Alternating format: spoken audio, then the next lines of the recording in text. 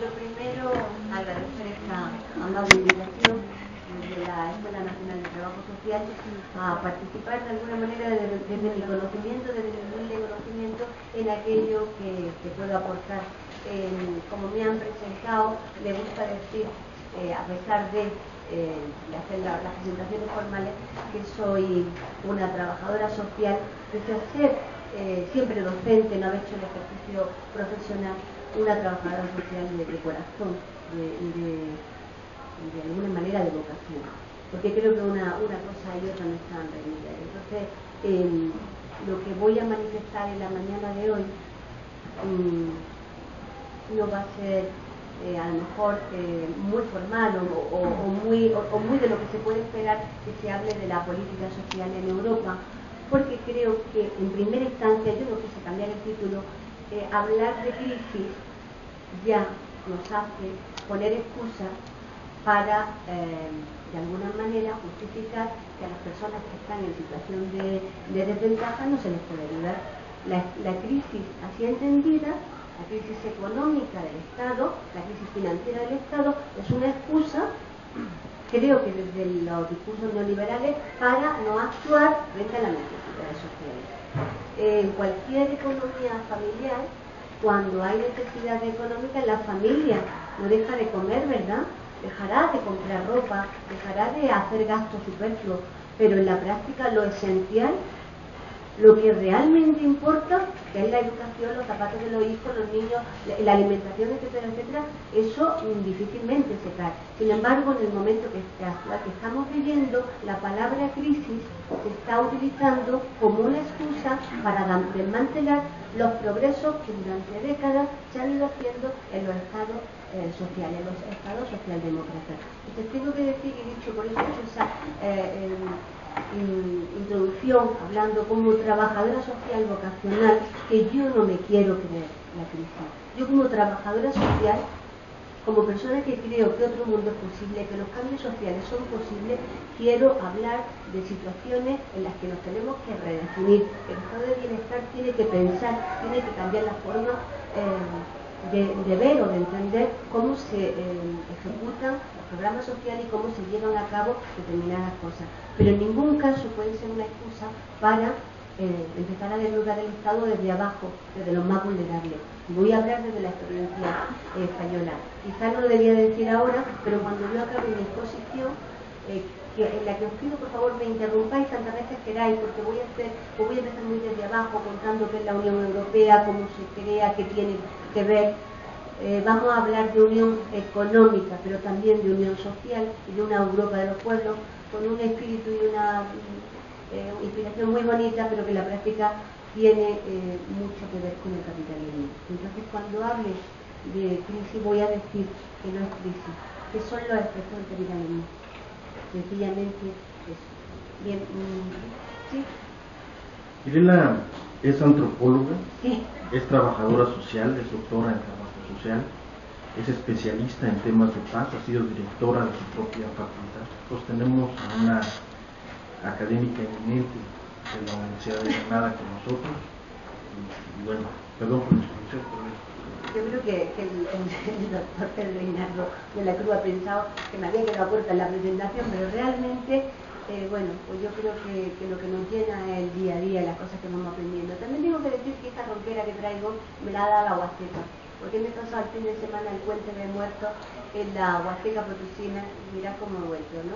Y casi que no podía, así que os pido también disculpas si en algún momento, pues, que me viene la voz abajo. Y otra cosa es que en algún momento digo alguna palabra que no se debe de decir, porque no hago más que meter la pata. O sea, últimamente digo cosas una detrás de otra y la gente me dice, pero bueno, qué mal hablada esta española.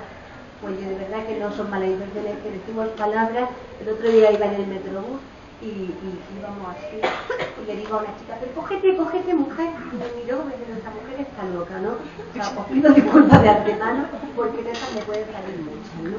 Bien, esta broma vamos a comenzar. Vamos a hablar en primera instancia de unos aspectos preliminares. Voy a explicar qué es la Unión Europea, cómo se desarrolla, cómo se constituye, vamos a ir viendo también en qué cuerpo, qué estructura tiene, cómo está desarrollada. Veremos que hay bancos, que hay defensoría del pueblo, que hay una serie de consejos, de poderes fácticos, de poderes legislativos. Y vamos a hablar, porque hablar de políticas sociales y de políticas de intervención social en la Unión Europea nos puede llevar mucho tiempo. Entonces nos vamos a centrar en una cosa que se llama el Fondo Social Europeo, que es, digamos, de alguna manera el artífice, la mano ejecutora de las políticas de empleo y de inclusión social en la Unión Europea. Y dentro de ese apartado del Fondo Social Europeo voy a hacer alusión concretamente a determinados sectores de población que son de interés y de alguna manera punto de atención generalizada en toda la Unión Europea, que como sabéis ya lo formamos 28 países. Pero vamos a ir por partes. Dicho esto, también vamos a hablar un poco de población gitana. El pueblo gitano es probablemente uno de los más excluidos en Europa, donde la exclusión social, el rechazo es más evidente, y donde la Unión Europea, de mano del Fondo Social Europeo, ha hecho más avances.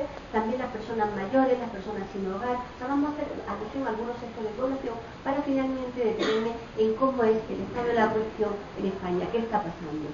Porque sí, y hecha esta introducción, os explicaré que España durante su periodo de inicio de ingreso en la Unión Europea tuvo muchas prebendas, pero ahora le toca devolver esas prebendas. Ahora somos 28 países y muchos de ellos están en situaciones más desfavorables, a pesar de esa supuesta crisis, que en la propia España. Es decir, mientras España está durante esta última década siendo beneficiario, ahora tiene que ser de alguna manera un país que done ingresos, que se va a beneficiar de menos ingresos que de los que da. ¿Entendido? Bien. Mirad, la Unión Europea, que no se llamaba así, sino que se llamaba el Mercado Común Europeo, surge de alguna manera como una reflexión de los efectos más adversos que tiene la Segunda Guerra Mundial. La Segunda Guerra Mundial puso de manifiesto que la garantía del pleno empleo, que la garantía de una serie de cuestiones de defensa, de seguridad, no eran suficientes para garantizar la paz. Que la paz se garantizaba con una serie de cuestiones sociales que debían estar cubiertas. Fijaros, por poneros un ejemplo, me voy a apasionar mucho, así que de vez en cuando no te desvíes porque me voy del tema. Por ejemplo, cómo las políticas sociales de Margaret Thatcher en Reino Unido, la Thatcher es bastante conservadora y hace recortes extraordinarios, nunca pudieron entrar a tocar, por ejemplo, la sanidad, el Sistema Nacional de Salud británico, porque de alguna manera fue una garantía después de la Segunda Guerra Mundial de cobertura por parte del Estado. Entonces, parece que hay un consenso después de la Segunda Guerra Mundial de que los Estados no solo se deben de implicar en la defensa, no solo en la seguridad, no solo en la infraestructura, sino que tendrían que tener una dimensión social más importante.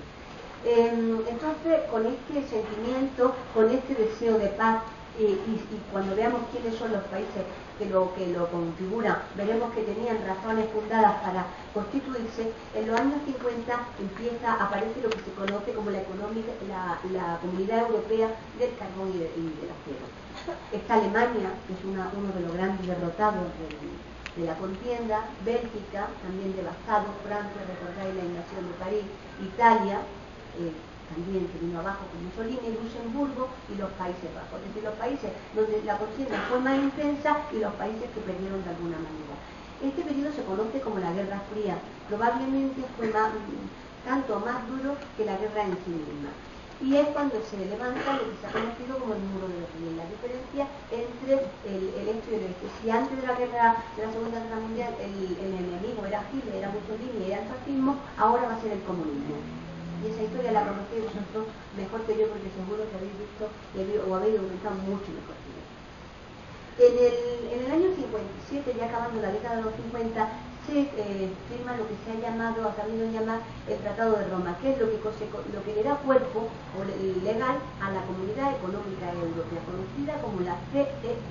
Y ya hemos visto los países que la configuran. Yo podría hacer un relato larguísimo, porque la incorporación de todos esos países europeos es progresiva, no hemos pasado de 6 países a 28 de golpe, sino que han ido incorporándose unos tras otros, y no siempre la incorporación ha tenido los mismos efectos para todos los países. Por ejemplo, sabemos que el Reino Unido forma parte de la Unión Europea, pero no está en la Unión Monetaria, siguen manejando la libra, ¿no? Hay países que no forman parte de la Unión Europea, sí forman parte de la eurozona, sí manejan el euro. Entonces vamos a ir viendo todo eso. Fundamental o especialmente importante es el Tratado de Maastricht. Maastricht es una ciudad holandesa en donde se firman de alguna manera los acuerdos previos a lo que va a ser una constitución europea. Los estados europeos, los 28 estados, tienen una constitución que le es común a todos y que se intenta de alguna manera. No somos un Estado federal, no somos los Estados Unidos de América, pero vamos camino de tener ese cuerpo. Yo con franqueza veo muchas dificultades y voy a hablar con mucha claridad conforme vayamos avanzando, pero mi hija, que tiene novio mexicano, se entiende mejor que con cualquier amigo catalán, por lo cual las diferencias, lo digo por poner un ejemplo, las diferencias entre los europeos pueden ser probablemente mucho más, incluso entre los propios españoles, mucho más, de mucha más diversidad, de muchas más connotaciones que a lo mejor entre un español y un mexicano, o un español y un chileno, ¿no? Pero en fin, dicho esto, lo que quiero de alguna manera es establecer que la unión no es fácil. En la actualidad todos estos son los países que forman parte de la Unión Europea.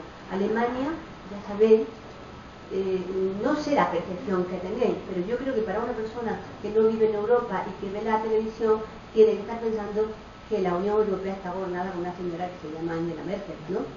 Un poco tenemos la pequeña Kaiser, porque muy alta no, a pesar de ser alemana. Bien, tendremos Austria, Bélgica, Bulgaria, Chipre, Eslovaquia, Dinamarca, Eslovaquia, Eslovenia. Se han ido incorporando España, Estonia, Finlandia. De todos estos países iréis viendo, porque Grecia está intervenido, Portugal está intervenido, España no está intervenido, porque intervenir España significaba acabar con la Unión Europea. No estamos intervenidos oficialmente, pero en la práctica hay una intervención importante. Nuestra política ha sido de salvar el país, ha sido salvando los bancos. Lo más importante era salvar el poder financiero. Repugnante, lo tengo que decir, o sea, para una persona que está implicada en lo social no lo puede soportar. Estaréis viendo cómo estamos sufriendo los desahucios, la gente sin vivienda, situaciones de extrema pobreza y de vulnerabilidad social sin precedentes, y sin embargo los bancos han sido financiados. O sea, se han recortado las pensiones, se han recortado los sueldos, se han recortado un montón de prestaciones económicas. Fijaros, ahora que nosotros hemos tenido una campaña de sensibilización tan grande con el cáncer de mama, en España en las políticas de sanidad se están recortando los beneficiarios de una mamografía, cuando había sido una conquista de la sanidad pública, que todo el mundo a partir de los 40 años se realizará todos los años de forma gratuita, porque así es de momento el sistema sanitario.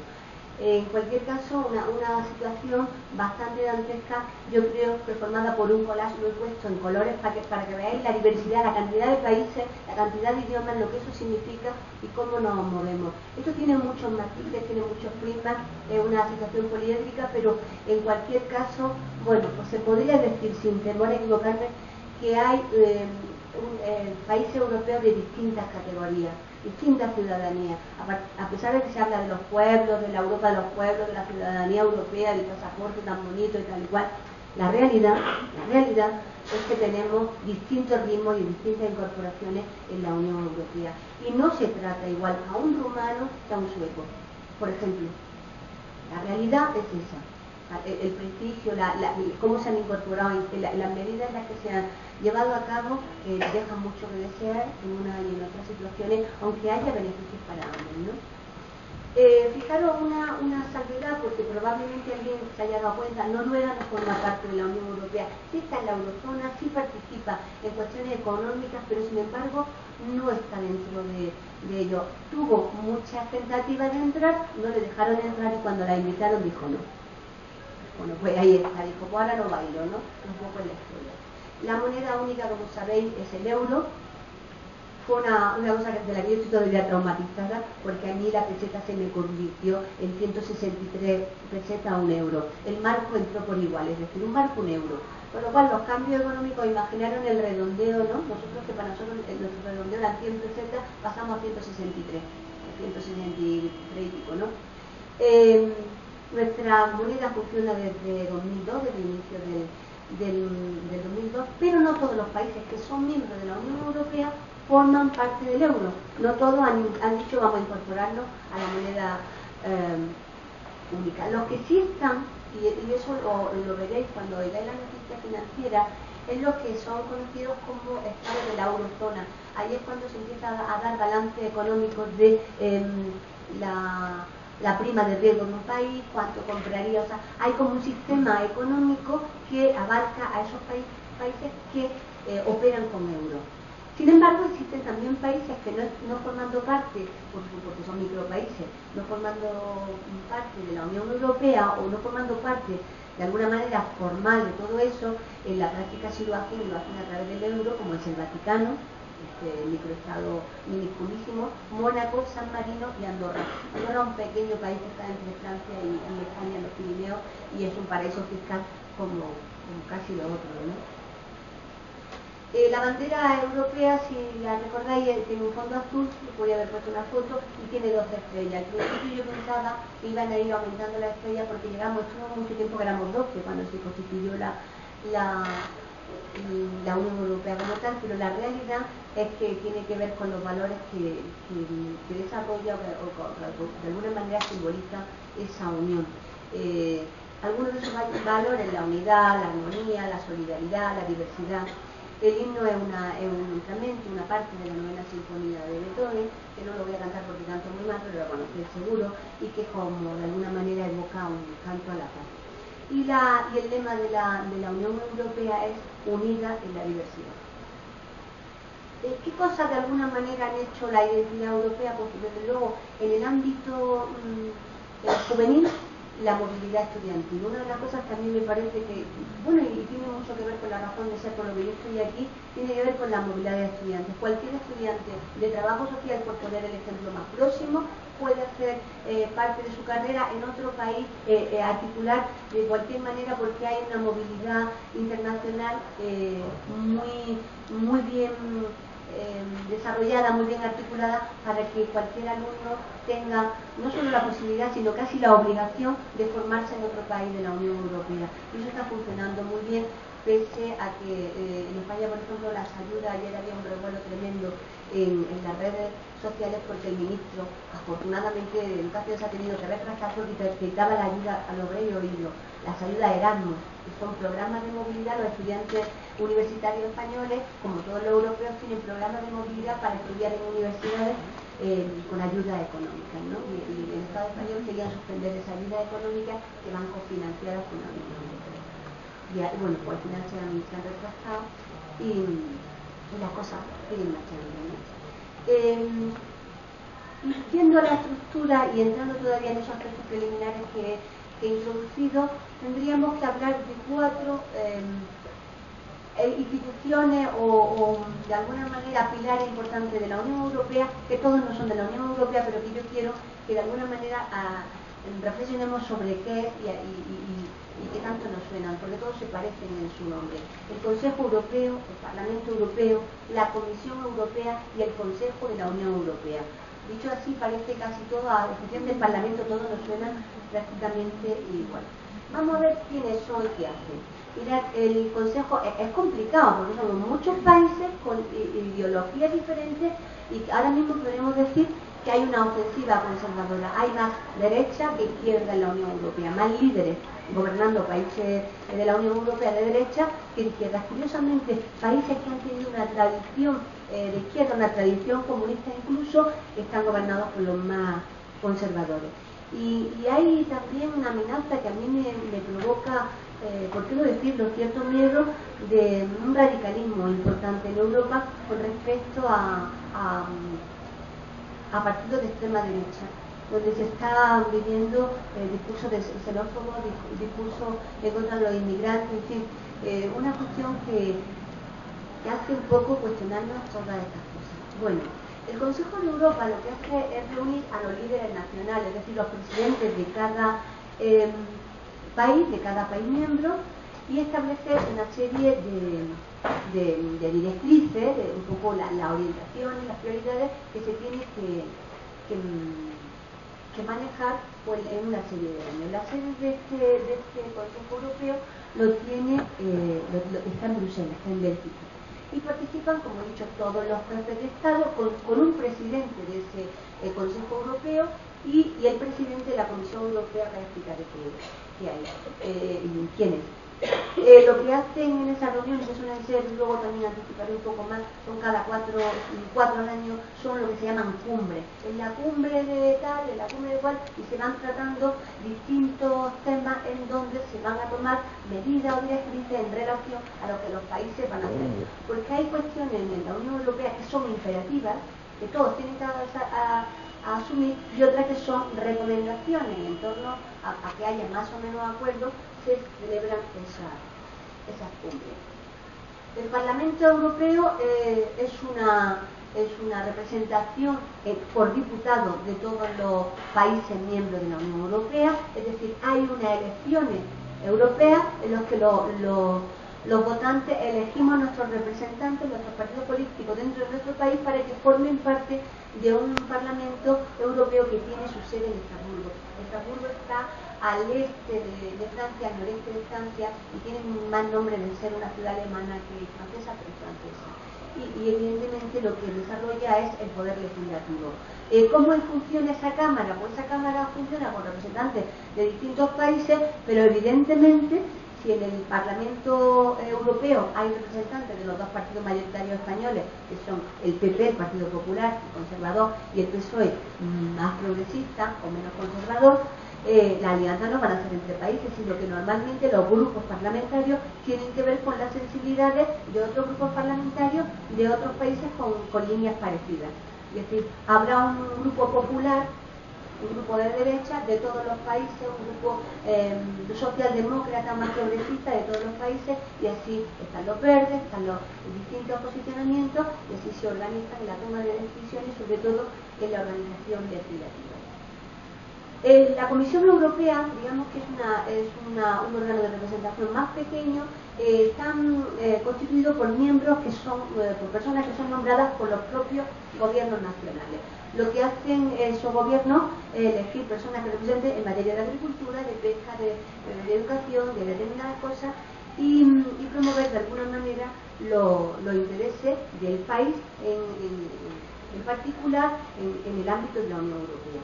Tiene poder ejecutivo, y en esa representación el presidente elige una serie de comisarios que serían como los ministros de cualquier otro país. Aquí se llaman ministros también, ¿verdad? No son secretarios de Estado. El ministro de Educación, el ministerio, el secretario de Estado. Bueno, pues en el caso de España sería ministro, y en Europa se habla de comisario, el comisario de pesca, el comisario de agricultura, así. Y en este caso, pues, irían barajando cuestiones de distintas índole. El Consejo de la Unión Europea lo forman el Consejo de Ministros de esas formaciones, el Consejo de los Comisarios de las distintas formaciones que hemos hablado, y tienen el poder ejecutivo y también algo, aunque cada vez por fortuna menos, de poder legislativo, porque no tendría mucho sentido que tuvieran mucha presencia en lo legislativo, puesto que entonces ¿para qué serviría el Parlamento Europeo? Si os dais cuenta, de alguna manera se han ido componiendo en relación a los intereses, a cómo ha ido avanzando la configuración de la Unión Europea, que si vemos en su conjunto ha cambiado mucho la faz que tiene, la cara que tiene, ¿no? Tiene que la unión de las dos Alemanias hizo a Alemania muy fuerte en esa consolidación después de la caída del muro de Berlín, ¿no?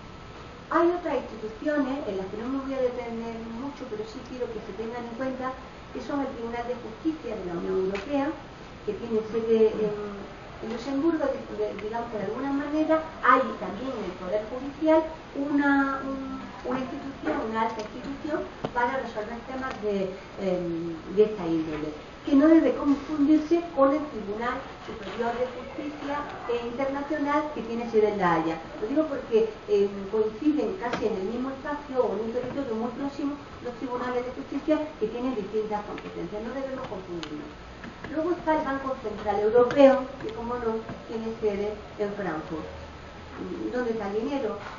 El dinero de todos los países miembros. ¿Quién lo gestiona? Pues fundamentalmente Alemania. Entonces el Banco Central Europeo está en Alemania y de alguna manera lo que hace es gestionar o dar orientaciones sobre el euro, la política económica y la política monetaria. También existe un Banco Europeo de Inversiones que no tiene ánimo de lucro, que lo que hace es pedir prestado a los bancos dinero a muy bajo interés y darlo a las pequeñas y medianas empresas, a los agentes que operan en la construcción de la Unión Europea para promover la participación económica. Y luego existe también la defensora del pueblo europeo, que creo que tiene, no lo he dejado aquí, tiene sede en Bruselas y que responde, pues, como en cualquier otro país, a las denuncias. Puede haber empresas, organizaciones, violación de derechos humanos, alteraciones o cuestiones que se crean que no son de justicia y equidad. Por hacer alguna aproximación más y establecer aclaraciones, veríamos cuáles serían las diferencias entre el Consejo Europeo, el Consejo de la Unión Europea y el Consejo de Europa, que nada tiene que ver con la Unión Europea, y ahora veremos que incluso México forma parte como país observador. ¿Me vais entendiendo?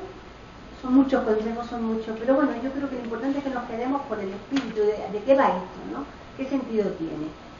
Básicamente yo me voy a hacer muy crítica, pero lo voy a decir, es una estrategia económica, es hacer frente a otras potencias. Yo siempre en mi anterior conferencia lo dije, Europa está muy vieja y hay que reinventarse. Europa está agotada, ya está bien, ¿no? Entonces pues a lo mejor lo tenemos que reinventar y volvernos a presentar en el mundo de otra manera, pero la realidad son intereses económicos, fundamentalmente, no nos engañemos. Bien, el Consejo Europeo es esa configuración que definí antes, lo que hace es determinar la orientación y las prioridades políticas de la Unión Europea, es decir, de alguna manera impulsa cómo tiene que ir hacia adelante el buque de la Unión Europea. Como dijimos, con todos los presidentes de gobierno de todos los Estados miembros, con su presidente, el presidente de la Unión, como dijimos también, se celebra cumbre y se reúnen mínimamente cuatro veces al año en Bruselas. Además, sabéis que hay cumbres en las que se debate a lo mejor, no sé, la intervención de España o se hacen valoraciones económicas de algún tipo, pues para establecer cómo va el curso o cómo está el estado de la cuestión, en este caso, como sabéis, con la tan cacareada o justificada crisis económica, que de ella si queréis hablamos un poquito más adelante. El Consejo de la Unión Europea, junto con el Parlamento Europeo tiene competencias legislativas y de presupuesto. Imaginaros lo que tiene que ser repartir el dinero de Europa, porque para que se reparta el dinero de Europa tiene que ser también, tiene que haber una aportación por cada uno de los países, es decir, para redistribuir riqueza, todos lo sabemos, tiene que haber una presión fiscal, una imposición. Y entonces la diferencia quizás es lo más peligroso, lo más lamentable que tenemos, la falta de solidaridad cuando decimos, ¿y por qué le vamos a dar eso a los portugueses? ¿Y por qué a los griegos? ¿Y por qué a los rumanos? ¿No? Entonces, realmente organizar cómo se hacen esas partidas presupuestarias, cómo se es solidario, tiene que ver luego con que ahora no, pero de aquí a poco me lo pagas. Evidentemente, a nosotros no, cuando entramos en la Unión Europea, a España se le dieron muchos fondos de compensación, muchos fondos estructurales, mucha ayuda económica para que tomáramos velocidad, nos pusiéramos al ritmo de la velocidad que tenían los países que ya llevaban más tiempo, pero ahora nos toca pagar. Y fijaros en la época que nos toca pagar. No lo he comentado, pero a mí me parece bien, lo que pasa es que a lo mejor os parece indecoroso que lo cuente, pero hay una movida en España que qué pena que no esté, y es que el 22 de noviembre la gente va a depositar su basura en vez de los contenedores de basura en los bancos, en las puertas de los bancos. y a mí me encantaría ver esa imagen, o sea, los cajeros automáticos, los bancos llenitos de basura, porque realmente es algo muy simbólico que puede tener. Perdonad la transgresión, pero a mí me parece que es un gesto pacífico, un poco pestoso, pero razonable, ¿no? O sea, absolutamente. O sea, no sé cómo lo ven, ¿no? El Consejo este está formado por representantes de cada Estado a nivel ministerial, es decir, en el Consejo de la Unión Europea puede haber cumbres, pequeñas cumbres, de todos los ministros de Sanidad o de todos los ministros de Educación, o sea, por temas, por áreas, reunirse esos ministros. Y los miembros del Consejo pues rinden cuenta democráticamente ante sus parlamentos. Usted se ha comprometido en el Parlamento Europeo a esto, explique por qué en el Parlamento Nacional, en el nuestro. Sabéis que en España, además de parlamentos nacionales, tenemos autonómicos, ¿no? Y una de las cuestiones que se han debatido a partir de la crisis es si no están sobrando políticos en nuestro país. Que realmente nuestra crisis no tiene que ver con los sobresueldos que tienen los políticos. Y por ahí pueden ir muchas de las historias, ¿no? Demasiadas cabezas pensantes, demasiado listos para cosas tan simples como hacer justicia, ¿no? El Consejo de Europa no es un organismo de la Unión Europea, sino que es una organización internacional independiente. Y yo me ha parecido interesante meterlo aquí para que distingáis. O sea, hemos visto cómo por un lado tenemos las cumbres, donde se representan todos los países con sus primeros ministros, su presidente de gobierno, otra cumbre o microcumbre que serían con los representantes de cada ministerio, según cada país, y otra cosa muy distinta que el Consejo de Europa, que como digo, no forma parte de la Unión Europea, sino que es una organización internacional. Y puede haber países que son de la Unión Europea y no serlo. Incluso, como os decía, por ejemplo, México con 47 países tiene participación como Estado observador de ese Consejo de Europa. Lo que se trata de alguna manera es como la ONU, de garantizar una serie de cuestiones como los derechos humanos, como que se garantiza la democracia, el derecho de todos los Estados miembros a que haya una minimalidad de cuestiones que sean cumplidas y no sean vulneradas.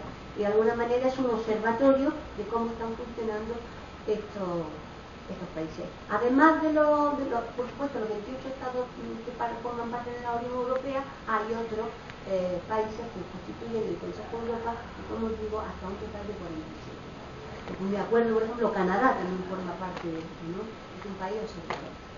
¿Qué temas se manejan? ¿Qué temas importan aquí? Pues también vuelvo a poner el collage tremendo. ¿Qué cosas se manejan y qué cosas se estudian o se intervienen en la Unión Europea? Pues prácticamente todas. Unas son más exhaustivas, tienen que ver pues cuestiones, por ejemplo, económicas, el euro y no puede ser otra cosa, no hay discusión o se toman medidas de determinado tipo, y otras tienen que ver con orientaciones. Pero básicamente, fijaros que tiene competencia en todo, en la agricultura, la pesca, la alimentación, la empresa, la cultura, la educación.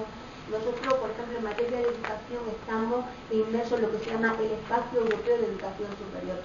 Para que nos hagamos una idea, un profesional, un trabajador social, que mejor ejemplo, que salía egresado de España, no tenía la misma consideración en Reino Unido o en Grecia, o en Francia, o en Suecia.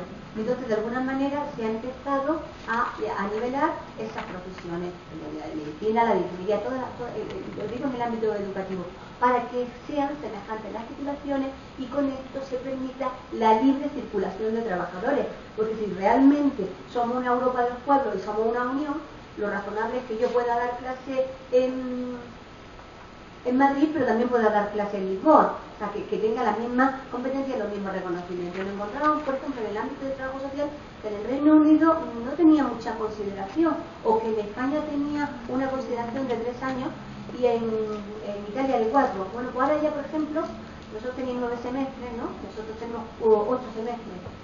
Pero prácticamente todos los países europeos tienen las mismas líneas, no son idénticas, nadie las impone, pero se asemejan. Y de alguna manera en el mercado, en esa movilidad profesional, pues se ha conseguido que haya flexibilidad. Mira, se habla también de aduana, fiscalidad, desarrollo, ayuda humanitaria, economía, finanzas, empleo.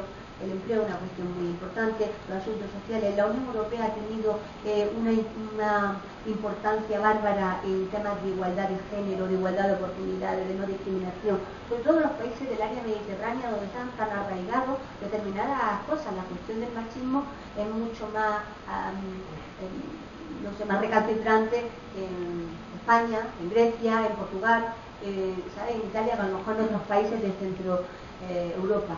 Y en materia de asuntos sociales realmente ha habido directrices y cuestiones muy interesantes, medidas muy interesantes que tienen que ver con todo eso. El medio ambiente, los asuntos sociales, la salud, hay una libre circulación también de personas para recibir tratamiento sanitario en un sitio u otro. Nosotros podemos circular, tenemos convenios con todos los países para hacerlo. Fijaros, tanto es así que España se ha convertido en un país de turismo sanitario, con lo cual tiene bueno, pues una cosa a su favor, es decir, la sanidad española es muy buena, y por otro lado empieza a crear determinados problemas, porque también se establece que por qué se van a venir a operar los suecos a España de una prótesis de cadera si se pueden operar en su casa. No serán los suecos los que se pueden, pero quiero decir, todo eso también se contempla. Justicia, derechos ciudadanos, región y desarrollo local, ciencia y tecnología, la posibilidad. Todos esos son los temas. Yo tenía que elegir un tema. Yo no podía ponerme a hablar de todo esto y hablar de la Unión Europea en su conjunto, salvo lo que os he dicho así. Entonces me he detenido en el Fondo Social Europeo. ¿Por qué? Porque el Fondo Social Europeo lo que hace fundamentalmente es hablar de creación de empleo, que es la base de cualquier desarrollo social. Sin autonomía personal, sin autonomía económica, difícilmente podremos hablar de promoción humana, ¿verdad? Vosotros cuando vais a vuestros centros de práctica, a las instituciones donde hagáis vuestras prácticas, os dais cuenta que una de las cosas que inmoviliza y que rebaja a una persona, que más humilla a una persona, es no tener autonomía económica, no tener capacidad para mantener a sus propios hijos. Yo digo ahí que el trabajo social es la mano que hiere y la mano que ayuda, porque qué terrible es que alguien te tenga que exigir porque tú no eres capaz de promocionártelo por ti mismo. Entonces, evidentemente, el empleo es una de las cuestiones más importantes, y luego también no vale tener empleo, sino también igualdad de oportunidades. Yo aquí en la anterior conferencia introdujo un término que causó curiosidad, pero que a mí me gusta, que se dice que es la discriminación positiva. O sea, ¿de qué nos sirve establecer que todos somos iguales si no damos ventaja a aquel que está por detrás? O sea, si yo voy a echar una carrera corriendo con una persona que lleva muletas, o le doy ventaja, pues le gano sí o sí.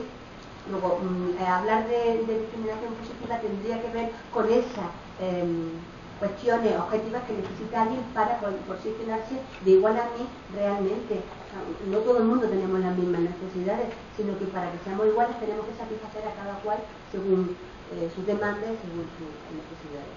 Lo que hace el Fondo Social Europeo es fundamentalmente orientarse al empleo, a los trabajadores jóvenes, que tienen más dificultad. Aquí en México los jóvenes trabajáis, en España tenemos, estáis sentados, más del 50% de desempleo en los jóvenes. Tenemos mucha dificultad de fomentar el empleo entre los jóvenes, y eso, estaréis de acuerdo conmigo, lo que genera es exclusión, o lo que estamos teniendo, un contingente de estudiantes que están abandonando su país para buscarse la vida en otro. Nosotros estamos siendo ahora mismo, fijaros qué paradoja, inmigrantes en otros países, con lo cual es interesantísima buscando la vida en otros lugares. El Fondo Social Europeo se centra ahí. Fijaros, a mí me cuesta hacer las cuentas, pero 10.000 millones de euros es mucho dinero. Serían 15.000 millones aproximadamente de dólares, una cosa así. No sé, es mucho dinero. Ese es el presupuesto que tiene el Fondo Social Europeo. Vamos a ver qué objetivos tiene, o el que de alguna manera, qué es lo que busca.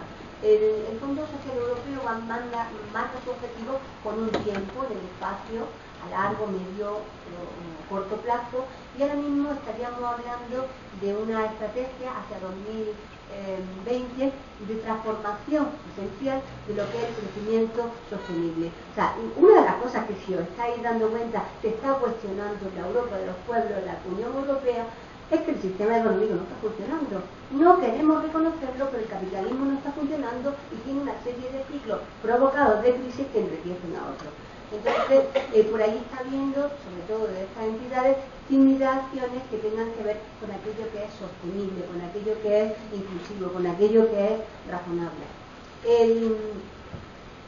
El Fondo Social Europeo también tiene como objetivo, a mí no me gusta, ya lo he dicho, la palabra crisis, no me gusta porque me parece una excusa, es como si yo digo, no, yo no puedo correr porque tengo una lesión en la rodilla, en vez de tratarme la lesión de la rodilla. O sea, no, tengo una lesión en la rodilla, pues ponte en manos de un médico deportivo y arréglate esa rodilla, pero no digas que cojo.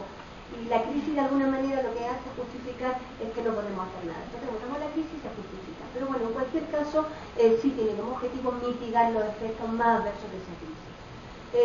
Poniendo énfasis, como veis, en el desempleo y en la pobreza. Porque sí, en Europa hay pobreza y hay países que están, España mismo, en el umbral de la pobreza en un tanto por ciento extraordinario. Yo creo que estamos como 8 millones de personas en España por debajo del nivel de la pobreza. Sí, ya empezaríamos a la denuncia, puede haber empresas, organizaciones, violación de derechos humanos, alteraciones o cuestiones que se crean que no son de justicia y equidad. Por hacer alguna aproximación más y establecer aclaraciones, veríamos cuáles serían las diferencias entre el Consejo Europeo, el Consejo de la Unión Europea y el Consejo de Europa, que nada tiene que ver con la Unión Europea, y ahora veremos que incluso México forma parte como país observador. ¿Me vais entendiendo? Son muchos consejos, son muchos, pero bueno, yo creo que lo importante es que nos quedemos con el espíritu de qué va esto, ¿no? ¿Qué sentido tiene? Básicamente yo me voy a ser muy crítica por lo que voy a decir, una estrategia económica es hacer frente a otras potencias. Yo siempre en mi anterior conferencia lo dije, Europa está muy vieja y hay que reinventarse, Europa está agotada, ya está bien, ¿no? Entonces pues a lo mejor nos tenemos que reinventar y volvernos a presentar en el mundo de otra manera, pero la realidad son intereses económicos, fundamentalmente, no nos engañemos. Bien, el Consejo Europeo es esa configuración que definí antes, lo que hace es determinar la orientación y las prioridades políticas de la Unión Europea, es decir, de alguna manera impulsa cómo tiene que ir hacia adelante el buque de la Unión Europea.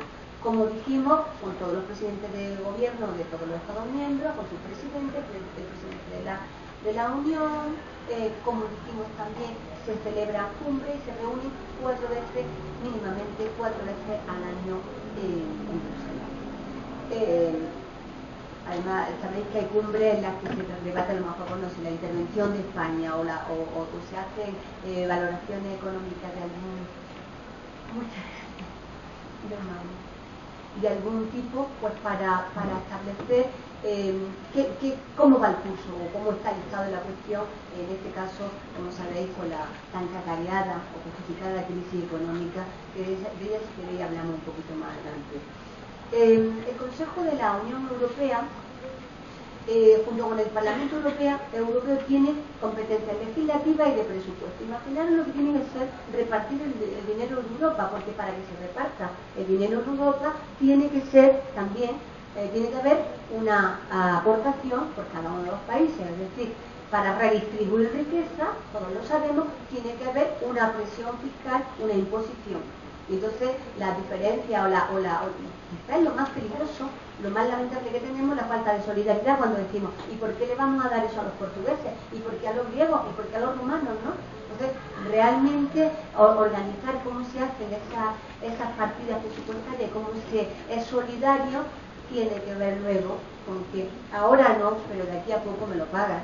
Evidentemente, a nosotros cuando entramos en la Unión Europea, a España se le dieron muchos fondos de compensación, muchos fondos estructurales, mucha ayuda económica para que tomáramos velocidad, nos pusiéramos al ritmo de la velocidad que tenían los países que ya llevaban más tiempo, pero ahora nos toca pagar.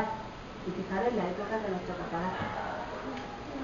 No lo he comentado, pero a mí me parece bien, lo que pasa es que a lo mejor os parece indecoroso que lo cuente, pero hay una movida en España que qué pena que no esté, y es que el 22 de noviembre la gente va a depositar su basura en vez de los contenedores de basura en los bancos, en las puertas de los bancos.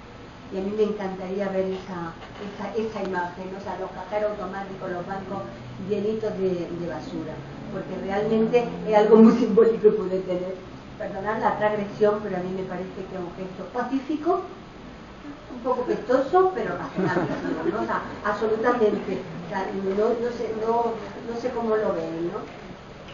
El Consejo este está formado por representantes de cada Estado a nivel ministerial, es decir, en el Consejo de la Unión Europea puede haber cumbres, pequeñas cumbres, de todos los ministros de Sanidad o de todos los ministros de Educación, o sea, por temas, por áreas, reunirse esos ministros. Y los miembros del Consejo pues rinden cuenta democráticamente ante sus parlamentos. Usted se ha comprometido en el Parlamento Europeo a esto, explique por qué en el Parlamento Nacional, en el nuestro. Sabéis que en España, además de parlamentos nacionales, tenemos autonómicos, ¿no?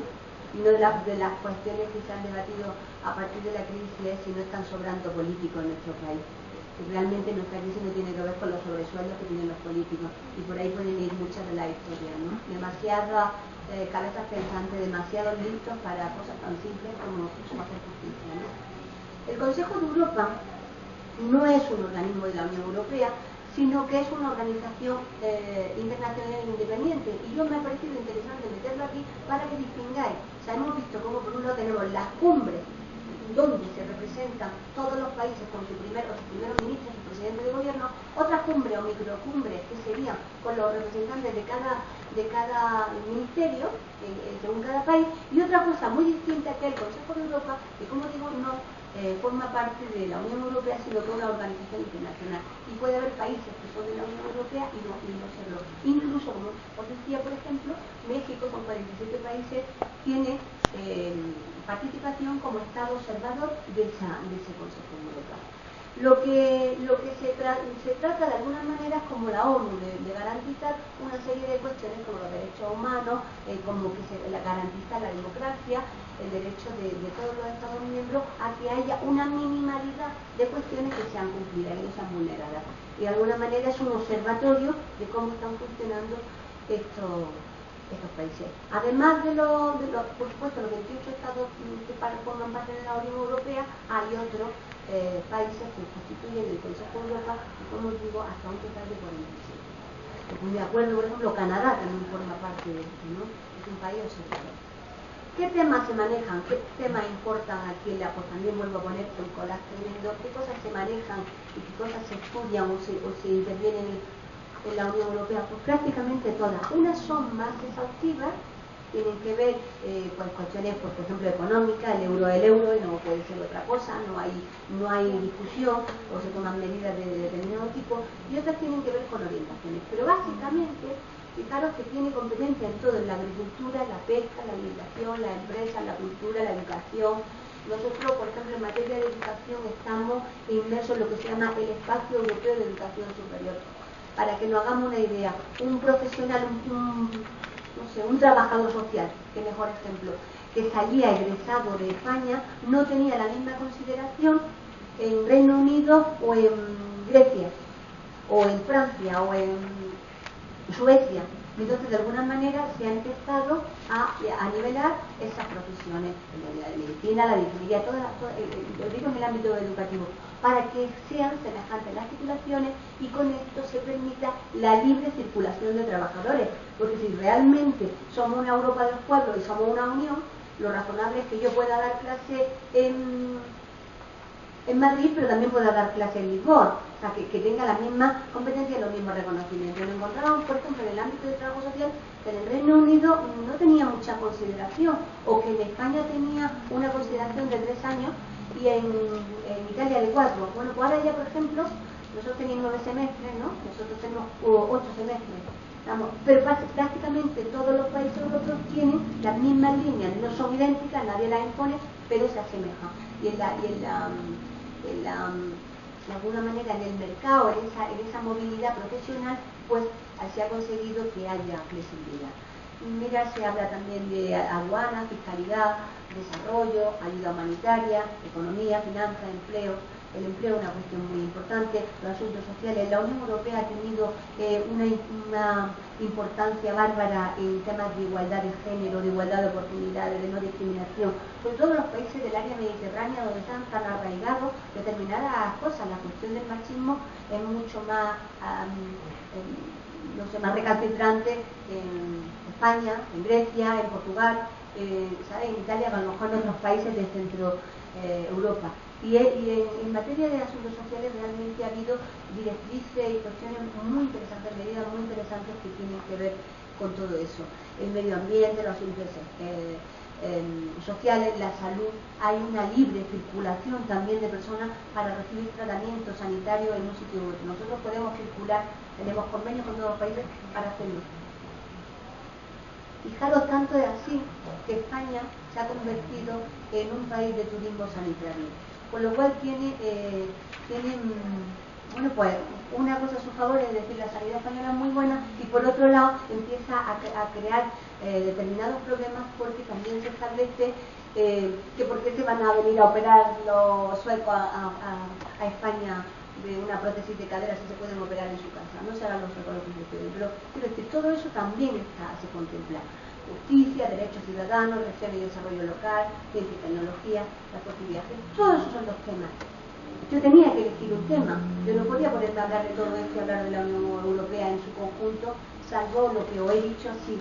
Entonces me he detenido en el Fondo Social Europeo. ¿Por qué? Porque el Fondo Social Europeo lo que hace fundamentalmente es hablar de creación de empleo, que es la base de cualquier desarrollo social, sin autonomía personal, sin autonomía económica, difícilmente podremos hablar de promoción humana, ¿verdad?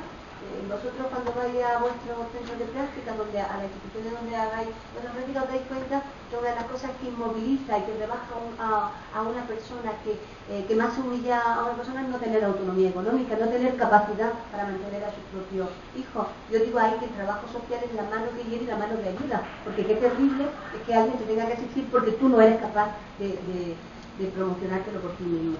Entonces, evidentemente, el empleo es una de las cuestiones más importantes, y luego también no vale tener empleo, sino también igualdad de oportunidades. Yo aquí en la anterior conferencia introdujo un término que causó curiosidad, pero que a mí me gusta que se utilice, que es la discriminación positiva. O sea, ¿de qué nos sirve establecer que todos somos iguales si no damos ventaja a aquel que está por detrás? O sea, si yo voy a echar una carrera corriendo con una persona que lleva muletas, o le doy ventaja, que le gano sí o sí. Luego, hablar de discriminación positiva tendría que ver con esas cuestiones objetivas que necesita alguien para posicionarse de igual a mí realmente. O sea, no todo el mundo tenemos las mismas necesidades, sino que para que seamos iguales tenemos que satisfacer a cada cual según sus demandas, según sus necesidades.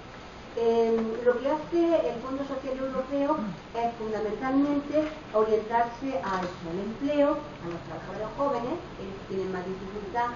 Aquí en México los jóvenes trabajáis, en España tenemos, estáis sentados, más del 50% de desempleo en los jóvenes. Tenemos mucha dificultad de fomentar el empleo entre los jóvenes, y eso, estaréis de acuerdo conmigo, lo que genera es exclusión, o lo que estamos teniendo un contingente de estudiantes que están abandonando su país para buscarse la vida en otro. Nosotros estamos siendo ahora mismo, fijaros qué paradoja, inmigrantes en otros países, con lo cual interesantísima, buscando la vida en otros lugares. El Fondo Social Europeo se centra ahí. Fijaros, a mí me cuesta hacer las cuentas, pero 10.000 millones de euros es mucho dinero, serían 15.000 millones aproximadamente de dólares, una cosa así, no sé, mucho dinero. Ese es el presupuesto que tiene el Fondo Social Europeo. Vamos a ver qué objetivos tiene, o el que de alguna manera, qué es lo que busca. El Fondo Social Europeo marca su objetivo con un tiempo, de espacio, a largo, medio, corto plazo, y ahora mismo estaríamos hablando de una estrategia hacia 2020 de transformación esencial de lo que es el crecimiento sostenible. O sea, una de las cosas que, si os estáis dando cuenta, se está cuestionando en la Europa de los pueblos, en la Unión Europea, es que el sistema económico no está funcionando. No queremos reconocerlo, pero el capitalismo no está funcionando y tiene una serie de ciclos provocados de crisis que enriquecen a otros. Entonces, por ahí está viendo, sobre todo de estas entidades, acciones que tengan que ver con aquello que es sostenible, con aquello que es inclusivo, con aquello que es razonable. El Fondo Social Europeo también tiene como objetivo, a mí no me gusta, ya lo he dicho, la palabra crisis, no me gusta porque me parece una excusa, es como si yo digo, no, yo no puedo correr porque tengo una lesión en la rodilla, en vez de tratarme la lesión de la rodilla. O sea, no, tengo una lesión en la rodilla, pues ponte en manos de un médico deportivo y arréglate esa rodilla, pero no digas que cojo. Y la crisis de alguna manera lo que hace justificar es que no podemos hacer nada. Entonces, cuando estamos en la crisis se justifica. Pero bueno, en cualquier caso, sí tiene como objetivo mitigar los efectos más adversos de esa crisis. Poniendo énfasis, como veis, en el desempleo y en la pobreza. Porque sí, en Europa hay pobreza y hay países que están, España mismo, en el umbral de la pobreza en un tanto por ciento extraordinario. Yo creo que estamos como 8 millones de personas en España por debajo del nivel de la pobreza. Sí, ya empezaríamos. Fijaros, tanto es así que España se ha convertido en un país de turismo sanitario, con lo cual tiene bueno, pues una cosa a su favor, es decir, la sanidad española es muy buena, y por otro lado empieza a crear determinados problemas porque también se establece que por qué se van a venir a operar los suecos a España de una prótesis de cadera si se pueden operar en su casa. No serán los suecos los que se pueden, pero quiero decir, todo eso también se contempla.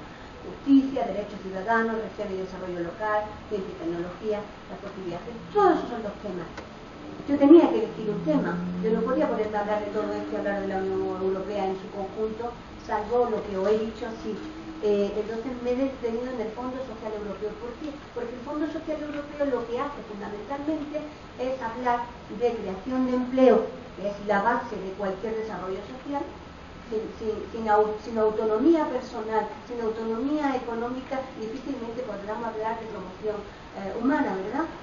Vosotros cuando vais a vuestros centros de práctica, a las instituciones donde hagáis vuestras prácticas, os dais cuenta que una de las cosas que inmoviliza y que rebaja a una persona, que más humilla a una persona, es no tener autonomía económica, no tener capacidad para mantener a sus propios hijos. Yo digo ahí que el trabajo social es la mano que hiere y la mano que ayuda, porque qué terrible es que alguien te tenga que exigir porque tú no eres capaz de promocionártelo por ti mismo. Entonces, evidentemente, el empleo es una de las cuestiones más importantes, y luego también no vale tener empleo, sino también igualdad de oportunidades. Yo aquí en la anterior conferencia introdujo un término que causó curiosidad, pero que a mí me gusta que se utilice, que es la discriminación positiva. O sea, ¿de qué nos sirve establecer que todos somos iguales si no damos ventaja a aquel que está por detrás? O sea, si yo voy a echar una carrera corriendo con una persona que lleva muletas, o le doy ventaja, que le gano sí o sí. Luego, hablar de discriminación positiva tendría que ver con esas cuestiones objetivas que necesita alguien para posicionarse de igual a mí realmente. O sea, no todo el mundo tenemos las mismas necesidades, sino que para que seamos iguales tenemos que satisfacer a cada cual según sus demandas y según sus necesidades.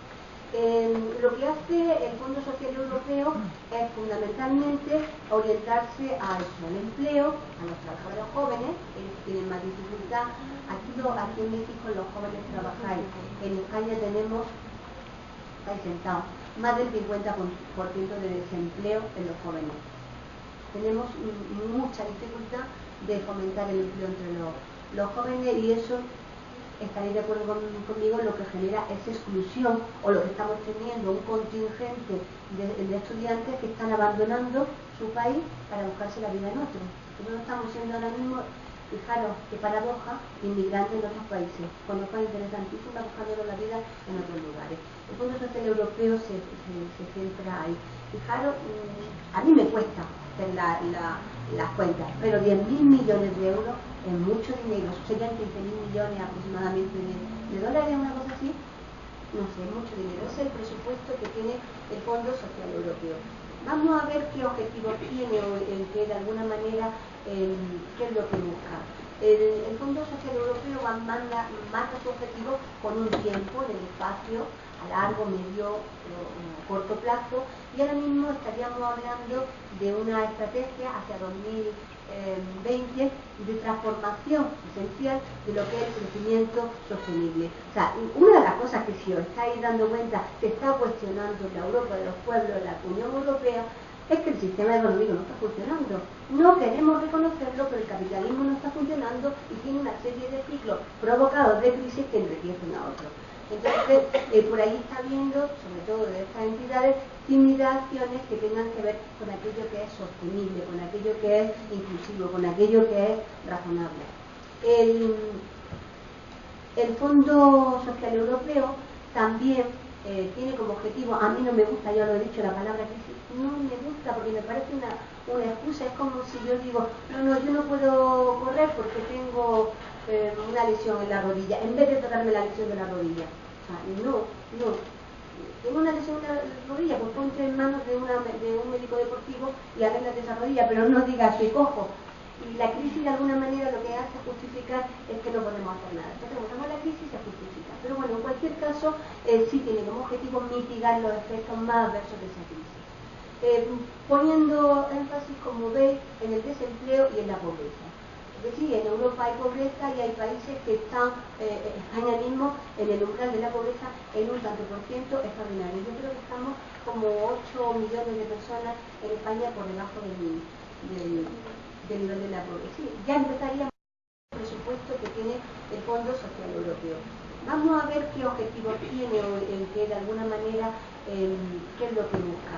El Fondo Social Europeo marca su objetivo con un tiempo, en el espacio, a largo, medio o corto plazo, y ahora mismo estaríamos hablando de una estrategia hacia 2020 de transformación esencial de lo que es el crecimiento sostenible. O sea, una de las cosas que, si os estáis dando cuenta, se está cuestionando en la Europa de los pueblos, de la Unión Europea, es que el sistema económico no está funcionando.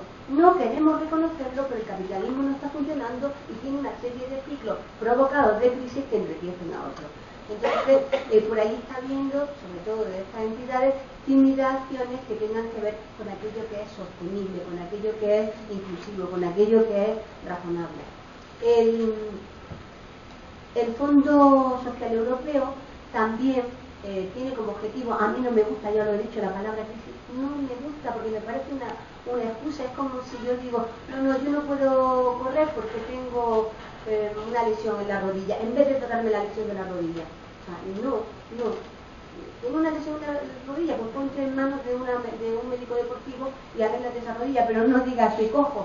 Y la crisis de alguna manera lo que hace justificar es que no podemos hacer nada. Entonces votamos la crisis y se justifica. Pero bueno, en cualquier caso, sí tiene como objetivo mitigar los efectos más adversos de esa crisis. Poniendo énfasis, como veis, en el desempleo y en la pobreza. Porque sí, en Europa hay pobreza y hay países que están, España mismo, en el umbral de la pobreza en un tanto por ciento extraordinario. Yo creo que estamos como 8 millones de personas en España por debajo del nivel de la pobreza. Sí, ya empezaríamos.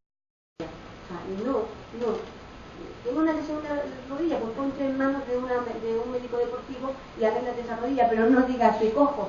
Y la crisis de alguna manera lo que hace justificar es que no podemos hacer nada. Entonces votamos la crisis y se justifica. Pero bueno, en cualquier caso, sí tiene como objetivo mitigar los efectos más adversos de esa crisis. Poniendo énfasis, como veis, en el desempleo y en la pobreza. Porque sí, en Europa hay pobreza y hay países que están, España mismo, en el umbral de la pobreza en un tanto por ciento extraordinario. Yo creo que estamos como 8 millones de personas en España por debajo del nivel de la pobreza. Sí, ya empezaríamos pobreza y hay países que están, España mismo, en el umbral de la pobreza en un tanto por ciento extraordinario. Yo creo que estamos como 8 millones de personas en España por debajo del nivel de la pobreza. Sí, ya empezaríamos en España por debajo del nivel de la pobreza. Sí, ya empezaríamos